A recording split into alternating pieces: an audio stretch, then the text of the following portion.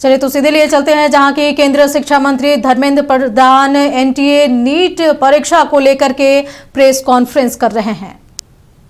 Zero tolerance रखा जाएगा, लेकिन बार बार ये चुप हो जाती है, आखिर में कहां थी? नहीं, हर एक बार की नेचर बदल जाती है ना।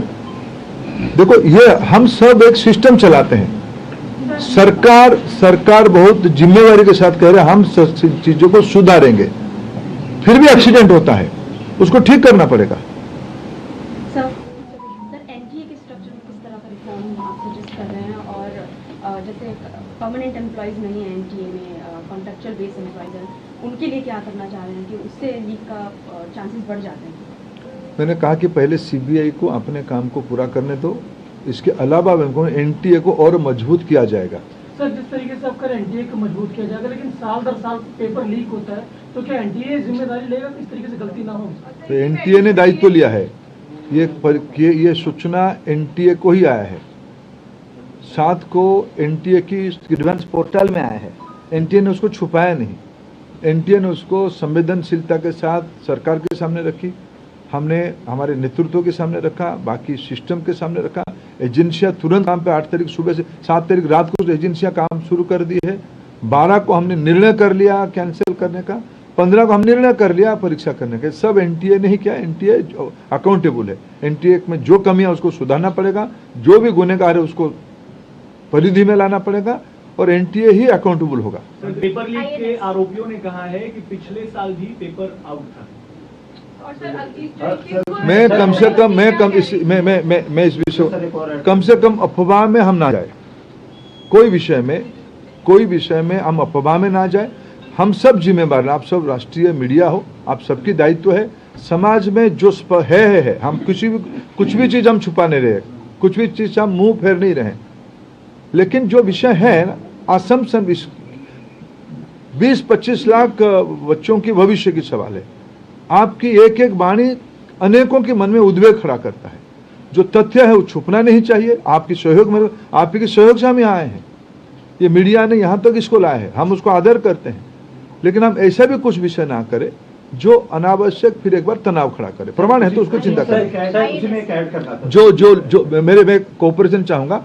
जो मित्र पूछ चुके हैं वो छोड़ दीजिए, जो नहीं पूछे वो पूछे। राज्यों के साथ एनटीए के आउटसोर्सिंग को लेकर सवाल होता है कि एनटीए खुद अपना काम नहीं करती, सारा काम आउटसोर्स करती है।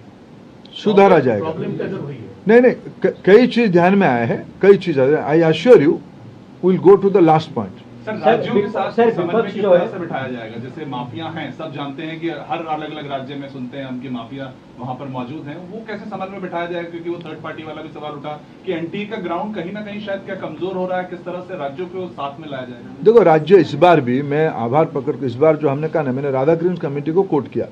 राधाकृष्ण कमेटी ने कुछ मौलिक सुझाव दिया था कैसे इसको इलेक्शन मैंने कैसे कंडक्ट किया जाए। उन्होंने शब्द लगाया था इलेक्शन टाइप के अरेंजमेंट करो, जनरल इलेक्शन जैसे होती है ऐसे इस बार अरेंजमेंट करो। आप राज्य देश की किसी भी जिला कलेक्टर एसपी को आप इस बार पूछिए फोन करके, उन्होंने क्या किया। मैंने कम से कम उस दिन 3 तारीख को कम से कम 15 देश की सभी कोनों में, जम्मू का श्रीनगर से लेके केरला तक, नॉर्थ ईस्ट से लेके सेंट्रल इंडिया तक, मैं अनेक कलेक्टर एसपी को हिमाचल से भी रैंडम फोन किया है। उसी समय में कहाँ हो, सब एग्जामिनेशन सेंटर में थे, सब एग्जामिनेशन सेंटर, सब एसपी कलेक्टर सब एग्जामिनेशन सेंटर में थे। अलग कोई गेट के सामने है, कोई कैंपस के अंदर है। राज्य सरकारों ने सभी जगह पे बहुत ही मदद किया।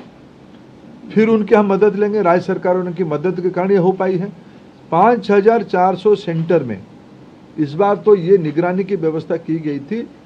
हर एक विद्यार्थियों को हम एआई टूल यूज करके उनको, आप भी देख पा रहे थे, आप लोग उस दिन जो कोई गए होंगे मॉनिटरिंग सेंटर में, आप भी देख पा रहे थे। लेकिन फिर भी चूक हुई है। आप कुछ बच्ची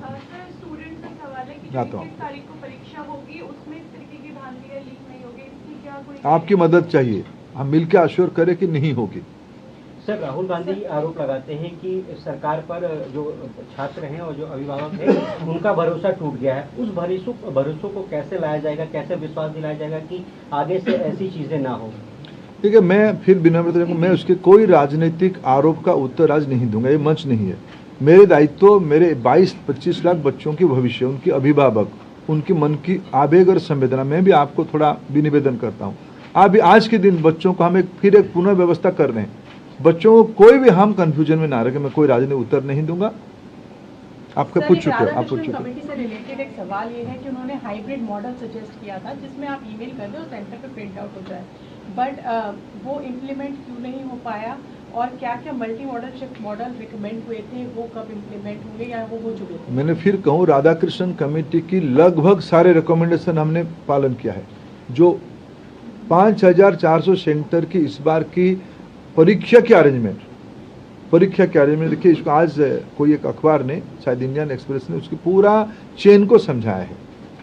क्वेश्चन सेटिंग से लेके प्रिंटिंग, ट्रांसपोर्टेशन, बैंकों में स्टोर रहना, परीक्षा सेंटर पे जाना, परीक्षा सेंटर से फिर पोस्ट के माध्यम से एनटीए को लौटना, ये पूरा कमांड चेन है। राधाकृष्णन कमेटी ने जो रिकमेंड किया उसमें से लगभग हमारी दृष्टि में 100% पालन किए हैं। उसमें शॉर्ट टर्म लॉन्ग टर्म दोनों विषय कहा था, जिसे मैंने भी कहा, मैंने पूर्व